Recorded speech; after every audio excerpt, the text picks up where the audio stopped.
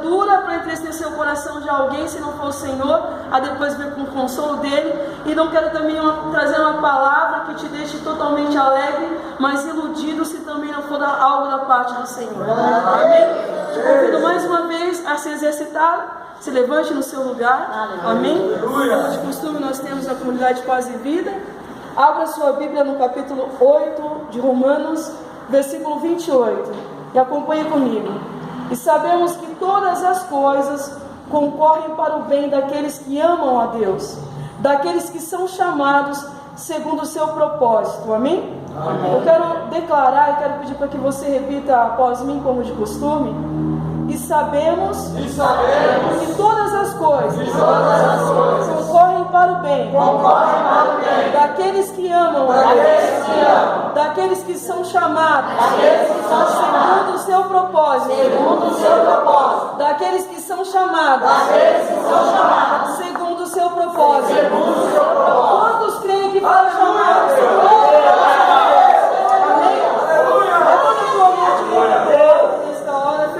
Olhos.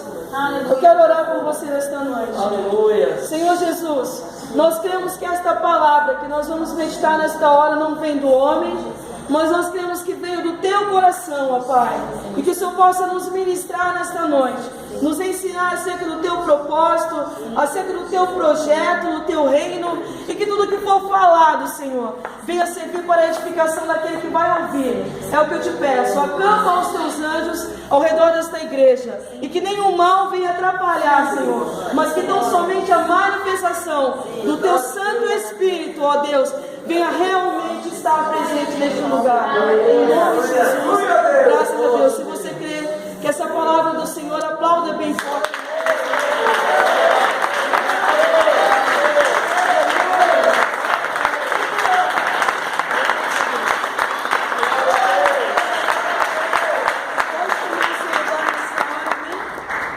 A palavra do Senhor, ela fala no livro de Romanos, no capítulo 8, versículo 28, que nós fomos chamados segundo o seu propósito, ou segundo o seu decreto, ou segundo a sua vontade, enfim, que nós não viemos para o Senhor porque nós decidimos vir, mas porque Ele nos chamou.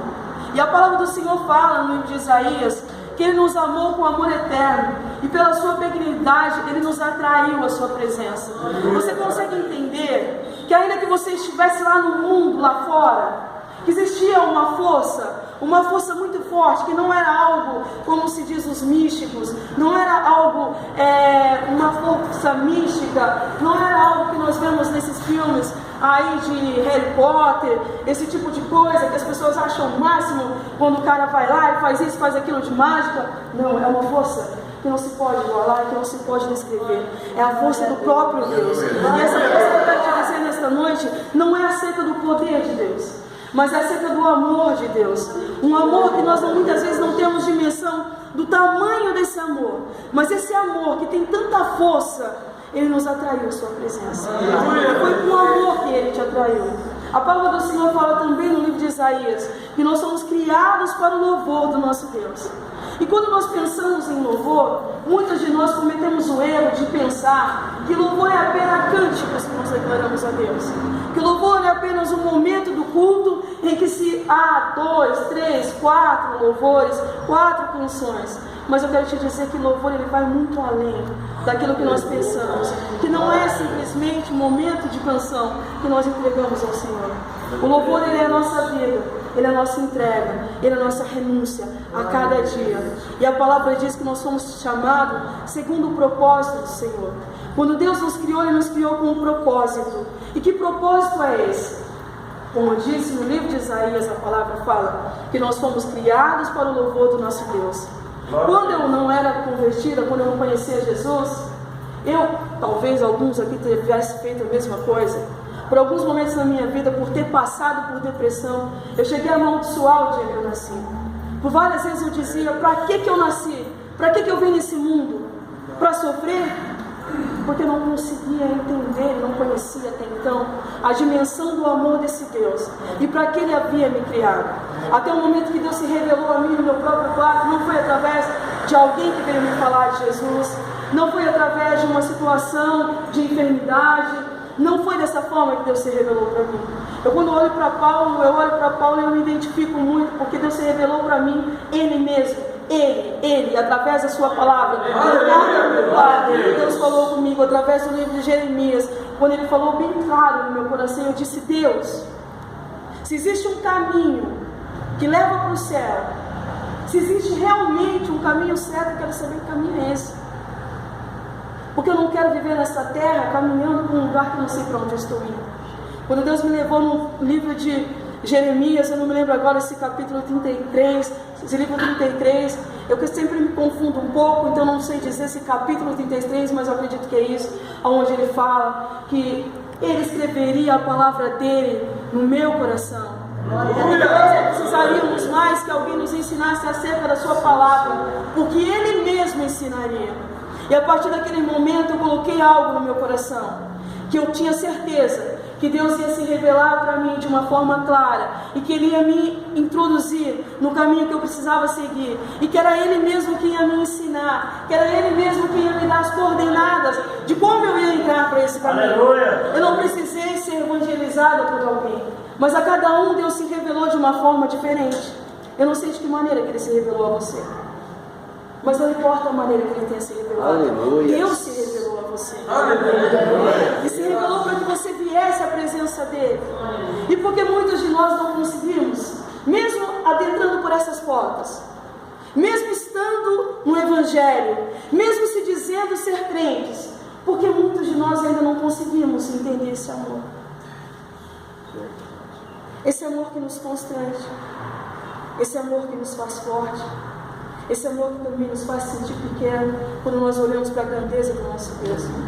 Quando nós pensamos que nós somos falhos, pecadores, quando nós pensamos que nós somos capazes dos piores pensamentos, das piores atitudes, e que mesmo assim Ele continua investindo nas nossas vidas, que Ele não abre mão de nós, e nós não conseguimos entender que amor é esse.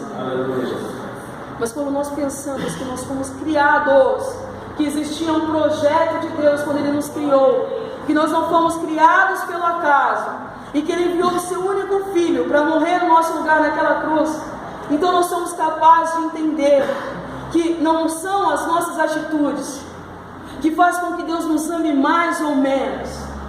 Não é o fato de você ser um super crente que Deus vai te amar mais. Não é o fato de você ser um pecador, uma pessoa que ainda não se ajustou no caminho certo, que vai fazer com que Deus te ame menos. Porque o amor de Deus não está baseado nas nossas atitudes. O amor de Deus está baseado naquilo que Ele é e não naquilo que nós somos. Porque se o amor de Deus estivesse baseado naquilo que nós somos, talvez a maioria, ou até mesmo todos nós, nem estivéssemos mais aqui para contar a história. Já teríamos sido consumidos. Mas a palavra fala que porque a misericórdia dele nos alcança e se renova a cada manhã, é por isso que nós ainda estamos aqui. Porque Deus ainda acredita que nós vamos nos consertar. Porque Deus ainda acredita que nós vamos entender que nós fomos chamados para um propósito. Ele tem nos dado tempo para entender isso. E que propósito é esse? Eu quero que você faça assim com as tuas mãos nessa hora, como uma concha. E que você olhe para as suas mãos nessa noite, porque eu quero ministrar a respeito de vida ministerial nessa hora.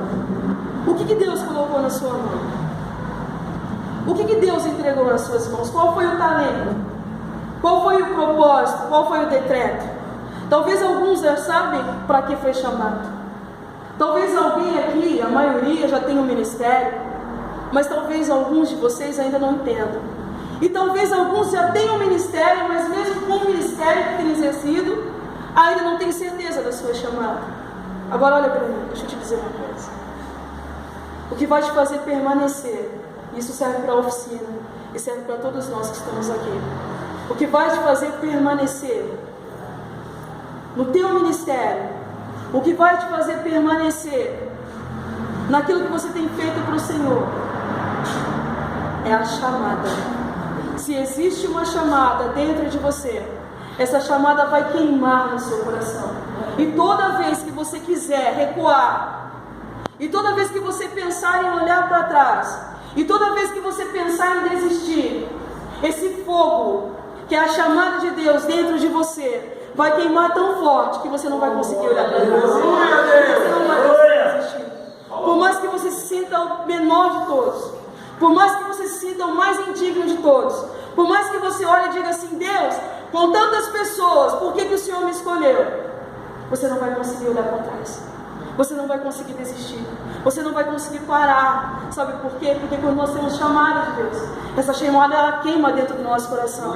E quando nós pensamos em desistir, nós olhamos e lembramos da onde Ele nos tirou. Aleluia. Nós lembramos de toda a vez que Ele usou um profeta para falar conosco daquilo que Ele nos faria, de como Ele nos usaria.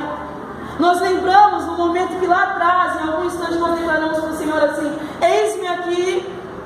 Porque todo mundo que faz a obra de Deus em algum momento declarou: eis-me aqui. E eu quero te dizer que se em algum momento da tua vida você disse: eis-me aqui, Ele ouviu. Ele ouviu e Ele não vai esquecer. Ele ouviu. Alguém me socorre, dar um copo de água, pelo amor de Deus, e se possível não muito gelado.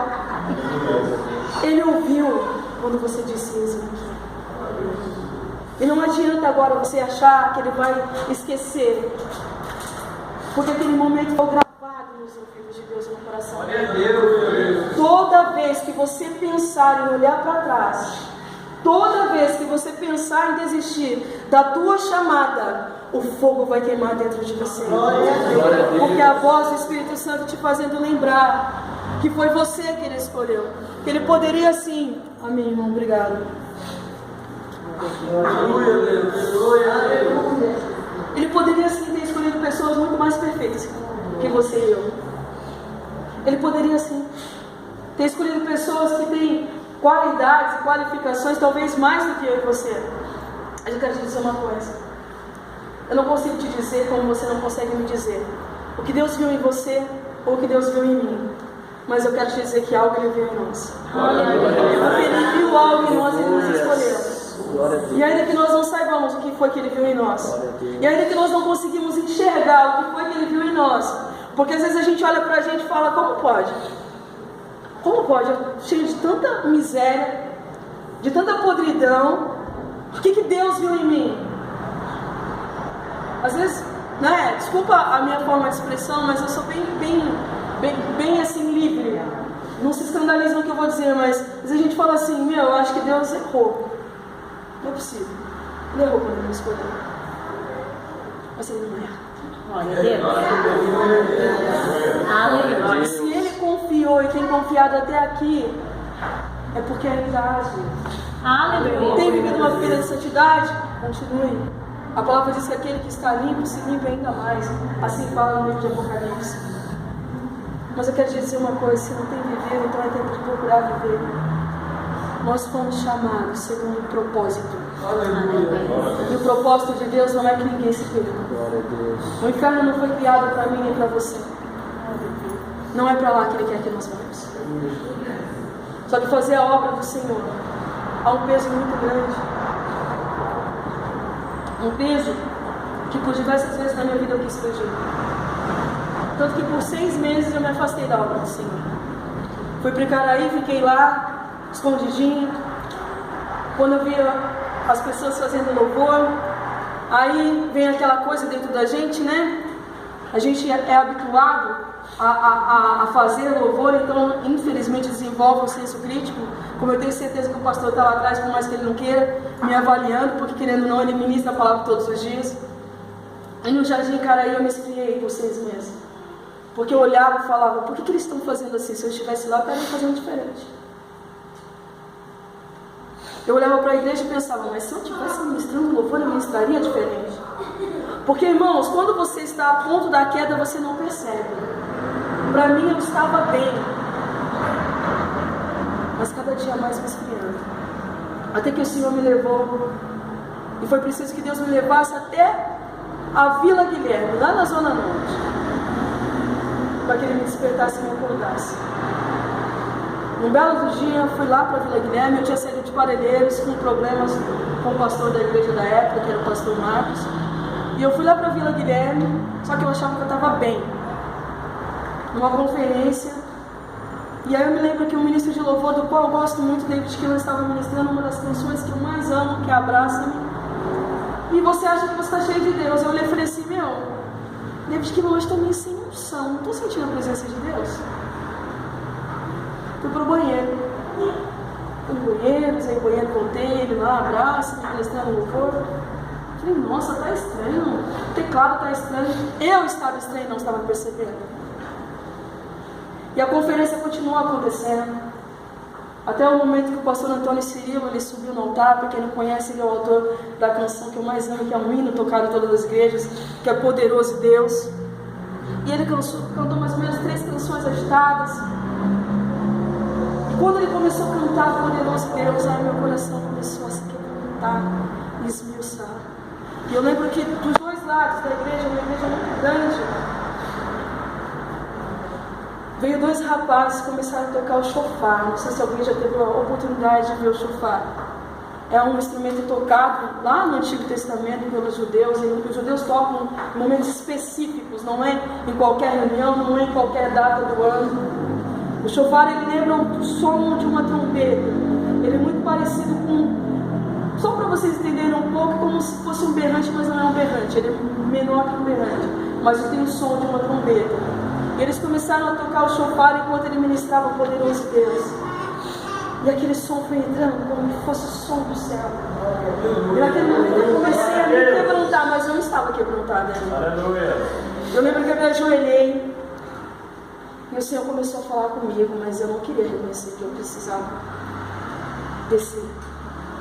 Eu não queria reconhecer que eu tinha me afastado, mesmo estando dentro da igreja. Até que eu me lembro que veio, eu me sentei, teve um momento que eu me sentei e a canção continuou. Eu me lembro que eu me sentei e veio uma mulher que tocou no meu ombro. Ela disse assim para mim, qual o seu nome? Eu falei, meu nome. Ela falou, o Senhor Jesus mandou orar por você, eu posso orar por você? Aí eu olhei e falei, amém. E eu ouvi a oração que eu não queria ouvir naquele dia. Eu ouvi a oração que o crente orgulhoso não gosta de ouvir. Quando ela disse assim, o Senhor Jesus te manda marchar. O Senhor Jesus te manda você se levantar. Ou seja, eu estava caída e eu precisava me levantar. E o meu coração estava tão cheio de orgulho que dentro de mim eu falei, não acredito que Deus mandou essa mulher para orar por mim e falar essas coisas, porque eu me senti naquele momento como se a minha vida estivesse sendo jogada ali na frente de todo mundo. Mas estou falando algo que passou dentro do meu coração. Não adianta eu ser hipócrita e dizer, olha que maravilha, ela veio orar por mim. Dentro de mim eu estava passando por uma confusão. E Deus foi ministrando. Mas teve um momento que eu não suportei mais enquanto eu orava por mim. E comecei a chorar e meu coração se quebrantar. E eu lembro que eu levarei naquele dia, Senhor, eu vou marchar, ainda que seja capenga, ainda que seja pulando com uma perna só, mas eu vou marchar.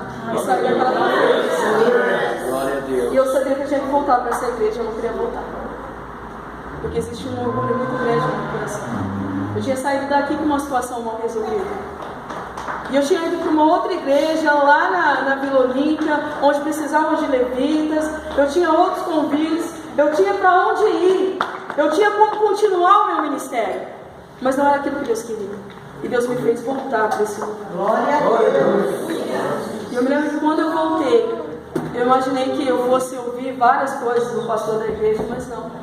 Ele simplesmente me recebeu naquela manhã, porque eu escolhi uma manhã de terça-feira, que eu sabia que não tinha ninguém aqui, que eu sabia que ele estava sozinho. Porque a gente imagina tudo na nossa cabeça, não é? Não é chegar aqui no culto de domingo, para várias pessoas olharem, nossa, ela voltou, quebrou a cara. Porque não é isso que a maioria das pessoas estão prontas para nos acusar? Para dizer assim, ela não falou que nunca mais ia voltar, por que foi isso que eu falei? Mas eu vim e ele falou, não, eu sabia que você ia voltar. Ele me disse. Ele falou, quando você me falou no altar que estava indo, eu fiquei muito triste.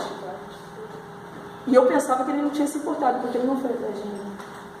Mas ele me disse assim, Deus falou que não era para eu falar nada, que você iria voltar. Aleluia. Ele até me disse,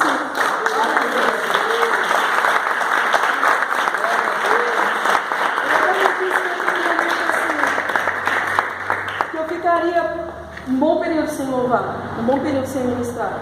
E eu particularmente até fiquei feliz, irmãos, porque olha, não para de fazer obra, viu? Porque depois que você para, se alguém que parou sabe, você se acomoda e você não tem mais vontade de voltar. Para mim estava ótimo se eu ficar sentado no banco. Por mais que Deus mandasse pessoas me mandar uma mensagem, Pessoas, sabe, começou a aparecer mensagem tudo quanto é lado, de pessoas falando que Deus queria me ouvir louvar. Mas eu estava de boa. Para mim, eu ficava do jeito que eu estava. Porque fazer a obra que ele faz, sabe? Quanto é complicado fazer a obra. Mas não passou, acho que nenhuma semana, e eu voltei para ativo. Mas uma coisa que eu quero te dizer nessa noite: qual foi o propósito de tudo isso? De eu ter saído daqui? Talvez você não precise sair. Talvez você não precise quebrar a cara como eu quebrei. Talvez você não precise ser confrontado no teu orgulho como eu fui confrontado. Porque às vezes a gente é tão teimoso, que Deus permite que a gente seja confrontado, que a gente seja quebrado, para depois voltar mansinho, com a cabeça baixa, e aí infelizmente você tem que enfrentar as caras feias, as caras de acusação, porque sempre vai ter um monte, para te estender a mão, para te ajudar nos 6 meses, por permissão de Deus, eu entendo assim, 6 meses. Ninguém de toda essa igreja, os que já foram, os que ficaram, que era daquela época, ninguém foi atrás de mim, sabia disso? Nenhum telefonema, como você está. E teve dias que eu pensei em largar o evangelho. E os amigos que eu achava que eu tinha, já não tinha mais. Aquelas pessoas que andavam comigo, que diziam: você é uma bênção quando você louva, você é usada por Deus. No momento que eu precisava, a água demorou, mas caiu. No momento que eu precisava, elas não me estenderam. Magoada com elas? Louva a Deus que ninguém foi atrás de mim. Porque isso me fez aprender a caminhar e depender de Deus. Quando alguém não te estender a mão, não fique triste.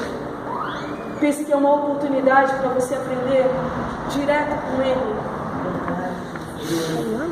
Quando alguém não orar junto com você, não fique triste. Pense que é a oportunidade que o Espírito Santo quer para ter um tete-a-tete com você. Tem momentos que Deus vai permitir que pessoas caminhem com você lado a lado. E vai ter momentos que Ele vai afastar todo mundo, para que Ele possa ter um tratamento direto com você. Às vezes a gente não entende. Tem pessoas que se magoam porque o pastor não foi na casa dela visitá-la. Quero te dizer, não é para minha glória não, irmão, porque cada um Deus tem um tratamento e uma forma de trabalhar diferente. Esse é o obreiro que sempre me soltou na hora do louvor, dizendo: é ele. Teve um dia que eu estava apavorada com sede, e ele parece que ele entendeu que ele trouxe água na hora. Eu falei: moço, ele me socorreu na hora certa. E tem momentos que Deus permite, irmãos. A gente é muito fácil de julgar. A gente pensa: pastor é relapso. A pastora é relapso. O único momento em toda a vida, 14 anos, que eu precisei de um pastor, estou falando sério, que eu precisei mesmo de um pastor durante 14 anos.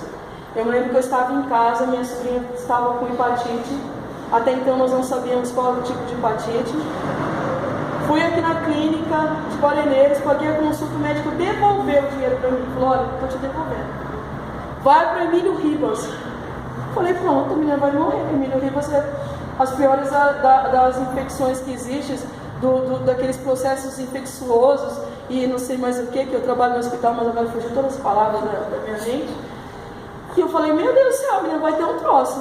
E eu lembro que eu peguei o telefone, o pastor Marcos era o pastor da igreja. E todo mundo sabe que o pastor Marcos era receptivo e ajudava. Irmãos, naquele dia Deus não permitiu que ele atendesse o telefone. Liguei para casa, liguei para o celular, liguei para tudo. Falei: Deus, não tem jeito. Eu acho que realmente o Senhor me olhou para mim e falou: é Isaías, é Jeremias, não vai ter ninguém mesmo para andar com você, é você e você, e vai ter que orar direto comigo. Eu orei pela minha sobrinha e fomos embora. Ou seja, irmãos, tem momentos que não é de pastor relapso. É porque Deus quer te ensinar. É porque Deus quer, Ele quer cuidar de você diretamente. É uma maravilha ter um pastor que ora por você, não é? Só que até quando? Membros novos entram para a igreja e precisam. E às vezes a gente está há tanto tempo esperando ele ser carregado no colo. Quando já era para estarmos carregando outros no colo. Fomos chamados segundo um propósito.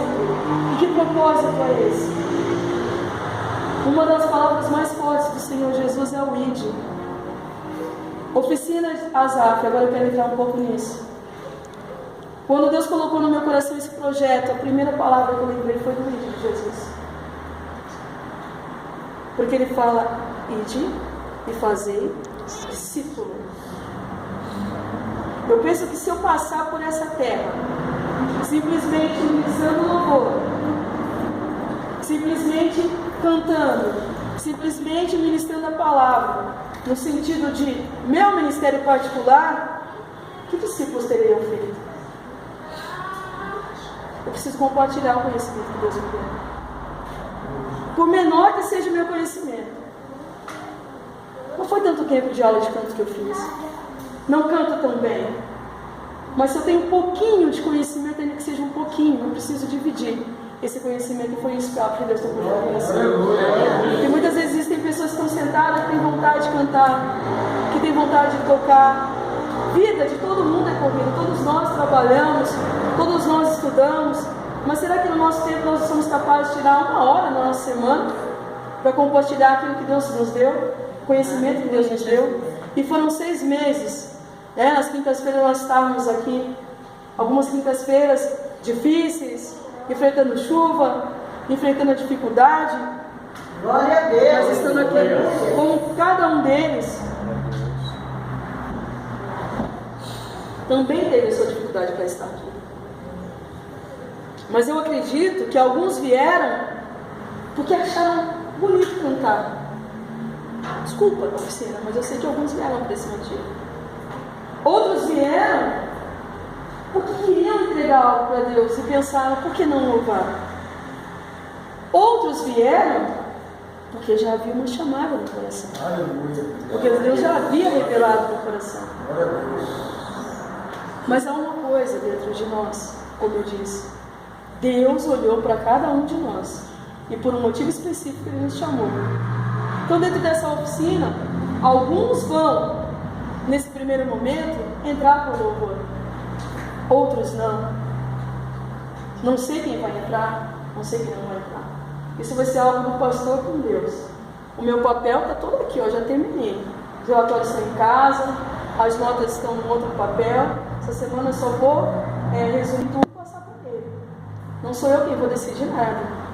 Mas o que eu sei é que alguns vão ser integrados no louvor e outros não. Mas eu quero ministrar não para os que vão ficar, para os que não vão. Que isso não venha gerar no teu coração uma frustração. Que isso não venha gerar no teu coração uma mágoa. Porque fulano foi e eu não.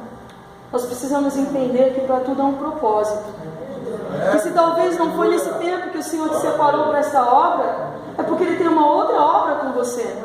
Ou então, porque talvez não é esse o momento, porque talvez ainda exista algo em você que Deus queira trabalhar, para que Ele possa te colocar nisso. Louvar pode ser bonito, mas não é fácil. Não é fácil louvar. Não basta saber cantar. A vida de um levita, por muito que muitas pessoas acham que não, acham que é fácil, mas não é. Tem noção de quanto o diabo luta contra um levita? Não tem noção do tanto de prato, de tantas situações para que a gente renuncie àquilo que nós estamos fazendo para Deus. Quantas pessoas nesses 14 anos começaram comigo? E quantas delas hoje estão no mundo? Pessoas que eu tive a oportunidade de trabalhar junto e que hoje se encontram muito longe, léguas e léguas de distância do caminho do Senhor. E que eu espero que antes de elas morrerem, elas tenham ainda a oportunidade de voltar. Mas se Deus te entregar isso, louvado seja Deus.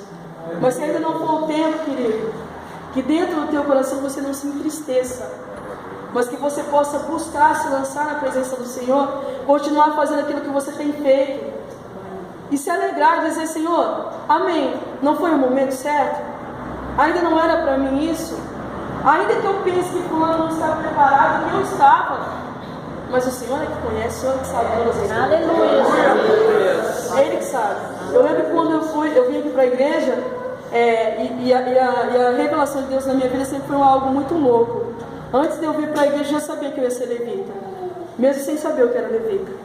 Eu tive um sonho. Eu entrava na sala de um cinema.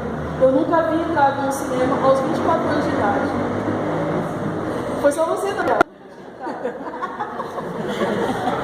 Né? Nunca tinha entrado na minha vida.